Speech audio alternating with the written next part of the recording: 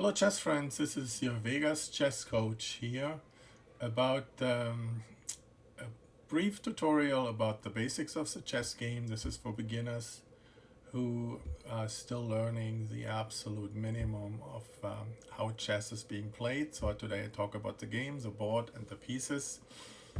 The game itself is a game that is played between two players.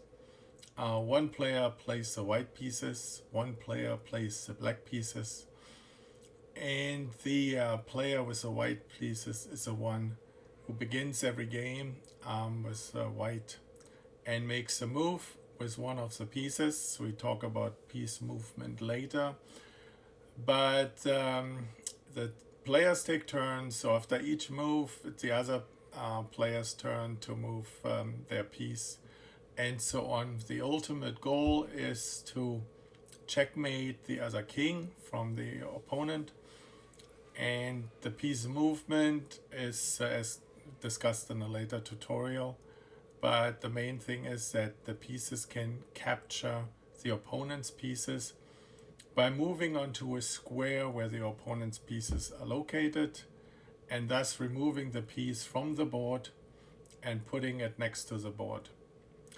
The chessboard itself is a square consisting of 64 squares in total. It has 32 white squares and 32 black squares. The color might be different hues, but the idea is that as a light color and a dark color usually in a chessboard to distinguish the white and black equivalent. The white square, which is the one down here on H1, is the square that has to be at the right hand side of the player. So whenever you set up a chessboard, make sure the board is turned in a way that down here on H1 you have a white square. Same is true for the black player. The black player also has a white square where his right hand is from his perspective or her perspective. Anyway, the board has 8 columns. So this is one of the columns here. And it has 8 rows. Now, the columns are referred to as files and the rows as ranks. The ranks have numbers from 1 to 8. And the columns have letters from A to H. So a square would then be identified by exactly one number and one letter. This square is E4. This square is A4. This square is A1. This is H8, and so on. So you would have effectively 64 unique squares identified, each by a letter and a number. This is used to describe the moves of the pieces on the chessboard and important for notation and recording the chess game. The effect on the play itself is irrelevant if you don't record your games and you just play and make moves. It doesn't matter what squares you are on, but it's for tracking purposes, recording and documenting. Anyway, it's good to know.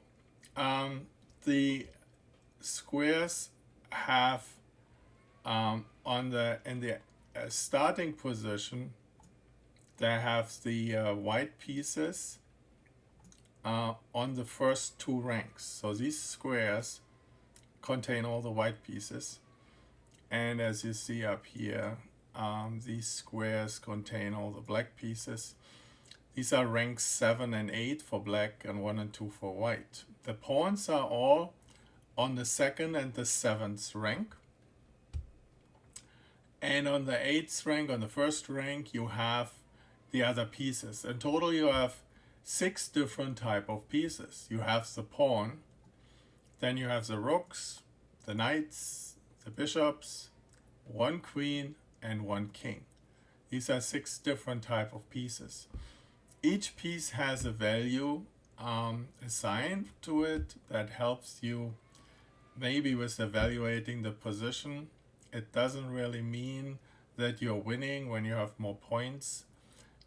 You can be down a lot of points but still checkmate the opposing king, but it is helpful during the game to quickly evaluate if you have a material disadvantage, which can result in a loss. So the pawns are, 1 point for the pawn, 5 points for the rook, 3 points for the knight, 3 points for the bishop, 9 points for the queen, and the king has no points. It's if you lose a king, you're done, right? So the king has no value.